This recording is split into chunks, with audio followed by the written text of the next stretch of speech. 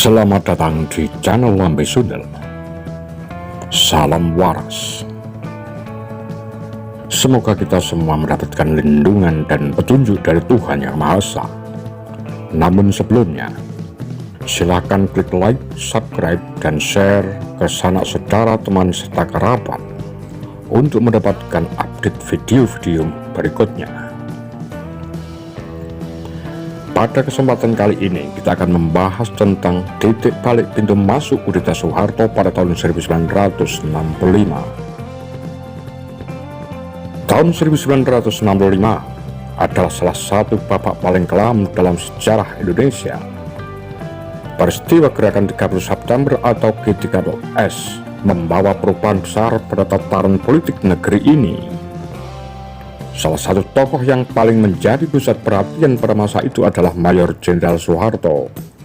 Namun banyak yang mempertanyakan peran sebenarnya dari Soeharto dalam peristiwa tersebut. Apakah ia benar-benar hanya seorang pengamat atau justru berada di balik layar dari kudeta politik terbesar di Indonesia?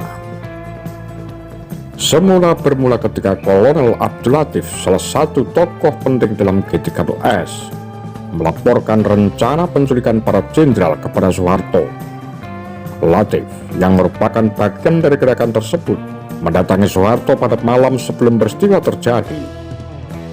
Ia menginformasikan bahwa gerakan ini bertujuan untuk melindungi Presiden Soekarno dari ancaman Dewan Jenderal yang disebut-sebut akan melakukan kudeta. Namun laporan penting ini tidak diteruskan oleh Soeharto kepada atasan militer seperti Jenderal Ahmad Nasution atau Jenderal Ahmad Yani. Mengapa Soeharto diam? Apakah ini bagian dari strateginya? Ketika G30S benar-benar terjadi, sikap Soeharto tampak mencurigakan. Ia tidak bereaksi cepat atau melaporkan situasi kepada atasannya. Sebaliknya, Soeharto tetap tenang dan seolah menunggu momen yang tepat untuk bertindak. Sikap ini memunculkan spekulasi bahwa Soeharto memiliki agenda tersembunyi. Dalam klasifikasi intelijen, seseorang yang tidak melaporkan ancaman seperti ini bisa dianggap sebagai bagian dari kelompok yang terlibat, atau dalam istilah masa itu sebagai PKI golongan A. Setelah G30S berhasil dilumpuhkan, Soeharto mulai menunjukkan kekuasaannya. Salah satu langkah awalnya adalah menangkap Dr. Supandrio, Kepala Badan Pusat Intelijen BPI. Supandrio dianggap tahu banyak tentang peristiwa G30S, termasuk jaringan dan aktor di balik gerakan tersebut. Penangkapan ini bukan hanya soal menjaga stabilitas negara, tetapi juga untuk memastikan bahwa informasi sensitif tidak bocor. Apakah ini langkah preventif atau justru untuk menutupi keterlibatan pihak tertentu?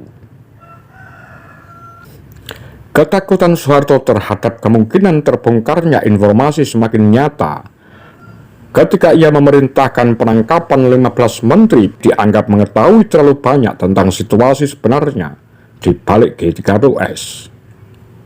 Langkah ini memperkuat kendali Soeharto atas pemerintahan dan memastikan bahwa narasi yang berkembang di publik adalah sesuai dengan versinya.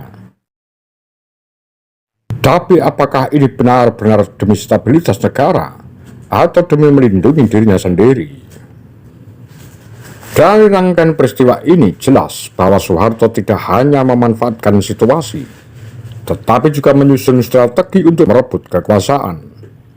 Gerakan 30 September menjadi titik balik yang membuka pintu bagi Soeharto untuk naik ke tampuk kekuasaan.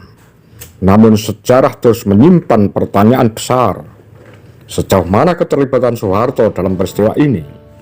Apakah ia benar-benar aktor utama di balik layar, atau hanya seorang oportunis yang cerdas membaca peluang? Sejarah adalah misteri yang tak pernah selesai. Mari kita terus mencari kebenaran. Inilah titik balik pintu masuk kudeta Soeharto. Bagaimana menurut Anda? Silahkan tinggalkan pendapat di kolom komentar dan jangan lupa like, share, dan subscribe untuk pembahasan menarik lainnya tentang sejarah Indonesia. Demikian kura-kura takar lambe sundel.